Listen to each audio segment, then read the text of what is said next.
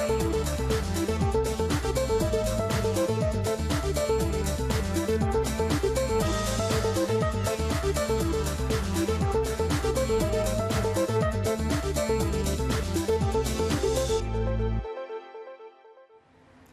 and welcome to the Finance Quarter. I'm Andrew Robertson. One of the pitfalls of running a small business is that you can get sidelined on paperwork and other administrative tasks. And what that means is you spend less time on the income generating functions of the business, the things you love and the reason why you started the business in the first place. It's a big issue and small business expert Julia Bickerstaff has some solutions. Julia, you've started a small business and the business has become successful and is starting to grow. And it seems one of the prices you pay for that success is that you end up doing less of the things that you love that made the business a success in the first place. How does that happen? Well, often people start a business because there's something they particularly love. So somebody might start a toy shop because they love interacting with kids and searching out toys for them, or they might start a knitting shop because they love things to do with knitting. They start because of something that they love doing. But as the business grows, they start to have to, get involved in some of the admin or selling or some other part of the business. And the thing that they really love doing is often the easiest thing for them to get somebody else to do. So imagine, say, it was to do with something to do with knitting. You train other people to do the knitting, but you're busy behind the scenes worrying about the finances, worrying about, opening new shops, doing that sort of stuff. So you find yourself moving away from the thing that you love doing and running the business. What impact does it have on the business if the person who started the business is being pulled away from doing the things that made the business a success? Well, for some businesses, it's fine because, some people love running the business. They actually find they've got a new passion there and it works okay. But for others, they actually start to resent the business. And if it's your business and you start to resent it, you don't put as much effort into it, or you can, customers can tell it's not as vibrant a business. And in fact, it can actually really start to deteriorate. What are some of the things that people do when they do become disengaged that can take the edge off the business? Well, for instance, they might not, look at the finances very well for the business anymore because they actually start to think this business isn't working. And rather than look at how can we make it work better, what can we do maybe to help cash flow, for instance, in the business, we let it become a self-fulfilling prophecy that the business isn't working. So rather than looking at alternatives to make it work, we sort of say, look, it's not working anymore. So we let it sort of drift away. Or in our interactions with customers, we're not vibrant about what we're doing anymore. You've probably been to a shop or a business where the person doesn't seem very keen, they're just not happy with their business, and you just don't want to buy from them anymore. You're not engaged with that business. And so that sort of happens. It can be quite a gradual thing. And in fact, the worse it gets, the more that owner has to spend behind the scenes in the business trying to fix it up. So they're spending less time doing what they wanted to do, and so it continues. Does it happen with all businesses as they grow? Well, no, it doesn't happen to all businesses because some people are very good at working out what it is they like doing in a business and what they don't like doing in a business, and then designing the business to work for them. After all, if it's your business, you should design it to suit you. For instance, there's a guy I met years ago and he loved designing fire alarm systems, and he was very, very good at it, and he started a business doing that, and he was engaged by big corporates to design the sort of fire systems in buildings. But he actually loved the design part, but as the business got bigger, he found that he was sort of doing the admin, running the business, doing the sales, but not doing the design. And what he did, which was quite a brave thing to do, but he said, what I want to do is I want to design the systems. So I'm going to hire somebody to be my CEO. So I'm going to hire someone else to be my boss. I'm still going to own most of the shares in the business. I'm still going to be a director. So the CEO is going to report to me in my position as owning the business, but I'm going to work for him. And I'm going to let him go and find the sales. I'm going to let him run the business. I'm going to let him hire people, because what I want to do is I want to go and do the designing. And that's what he did. I actually know of CEOs who run family-owned businesses who have different ideas on how the business should be run to the owner, and it causes a great deal of tension. Now, how do you resolve that?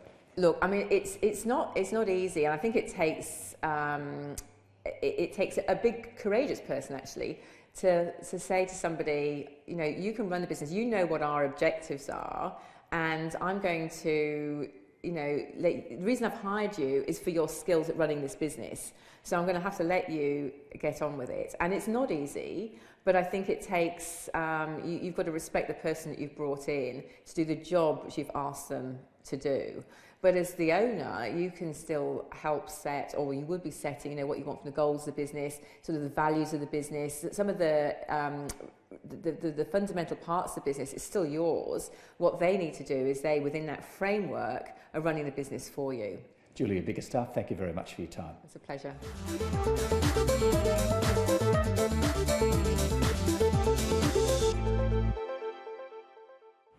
When small businesses become big businesses, they can struggle to stay true to their roots, the roots which helped them grow in the first place. Now, no company exemplifies that more than Billabong. It's a global iconic brand in the young adult and youth markets, closely associated with the beach culture. But its strategy has gone badly wrong, culminating in a loss this year of nearly $300 million. The reality here is that they've got to go back to what made them famous. Once upon a time, the mythology of Billabong and the surfwear industry as a whole was that they used to have management meetings on the waves at 6:30 in the morning. That doesn't happen anymore. I think they've lost sight of what drives that business to make it unique, and they've got to rediscover that, and they've got to do it in a powerful way, and they've got to do it in a fast way. Search engine Google is an important source of customers for many businesses. But social media is changing the way Google operates, and if you're not aware of those changes, your business could suffer. Well, to find out what all this means, I spoke with social media commentator Laurel Papworth. Laurel, when a potential customer does a search, you want your business to come out at or near the top. How's that being threatened by social media? Social media is changing the way that we search. So now, these days, we often ask on Twitter or on Facebook and our friends if they can help us find an accountant, a financial services person, or even a restaurant nearby.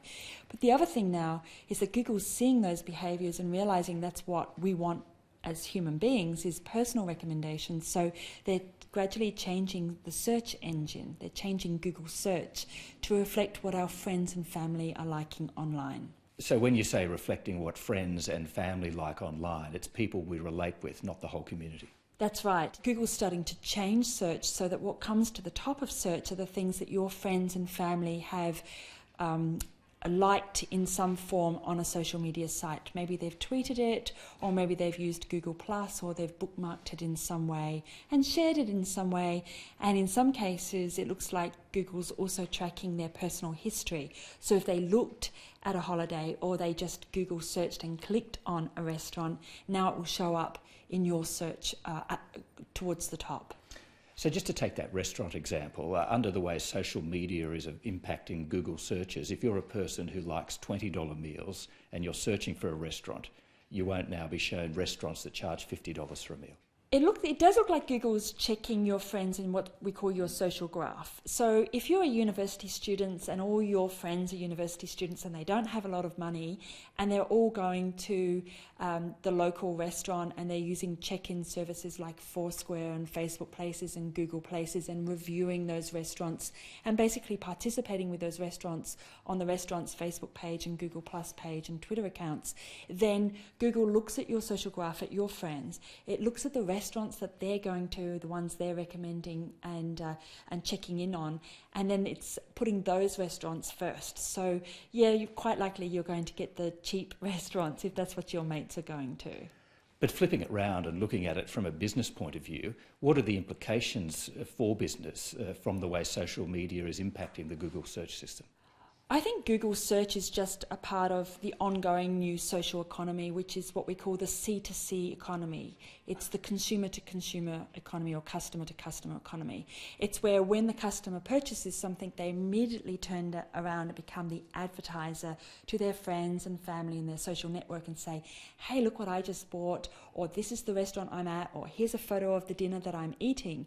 And as search becomes more and more integrated in that, it's called Search Plus Your World, it means that if you're not participating as a business in social media, it's quite possible that either people are talking about you and you don't know it and you need to know, or they're not talking about you, in which case you don't exist. And if you don't exist, it's a very difficult position to be in if you're trying to activate a customer-to-customer channel. So I guess one of the benefits of the way social media is impacting the Google search is that the customers that actually come through your door would actually be the customers that you're looking for. We often talk about market segmentation in marketing in Australia, but we don't actually do it very well. Our products and services should not be all things to all people. We should be very clear. We're targeted to this group, and they will now take our products and services and talk about them to their network. And, you know, it's not just qualified leads, but it's trusted sources. I think we trust our mum and our best friend and our partner to make recommendations to us more than we trust advertising, or even celebrities that do advertising on television. It's a truly trusted source. And another example that social media is here to stay and that business really can't ignore it. Absolutely. If you ignore social media at your own peril, because for all the search engine optimization, that work you might be doing to make sure your website comes top in search, if you're ignoring social, it's going to be a big risk in the future. Laurel Papworth, thank you very much for your time. Thank you. Here's a question for you. When is an airline not an airline? The answer, when it's a virtual airline. It's no secret that competition in international travel is fierce, which is why Qantas is losing so much money. But Virgin Australia is showing the way forward with its international airline that isn't. The really, really interesting contrast between Qantas International and Virgin International is that Virgin, to a very large extent, is a virtual international airline, and that really is the model that a carrier in the position where we are geographically in Australia needs to be. And I think we're starting to see Qantas actually moving in that direction. I mean, if they make a deal with Emirates, that's a very large lump of virtual operation. If you're watching this in the southern states, you're probably mystified as to how rugby league could wangle $1 billion television contract almost as big as the AFL's. After all, AFL is a truly national game, whereas rugby league is really only big in New South Wales and Queensland. Well, I was baffled too, until I spoke to media strategist Steve Allen. The New South Wales and Queensland markets are roughly the same amount of population that's in the southern states, the Tasmania, Victoria, South Australia, Western Australia. So the potential for audiences are roughly equal. Yes, it is true that AFL seems to be further developed in the northern states, New South Wales and Queensland, but that fluctuates depending on the home team's playing success. In other words, it's all in the numbers, and apparently League can deliver those numbers. Well, that's it for this edition of the Finance Quarter. As always, if you'd like to see any part of the program again, you can find us on the ABC News website. Just go to the business page and click on the Finance Quarter icon. We're also on Twitter at the address on your screen now. Thank you for watching, and we'll see you next time on the Finance Quarter.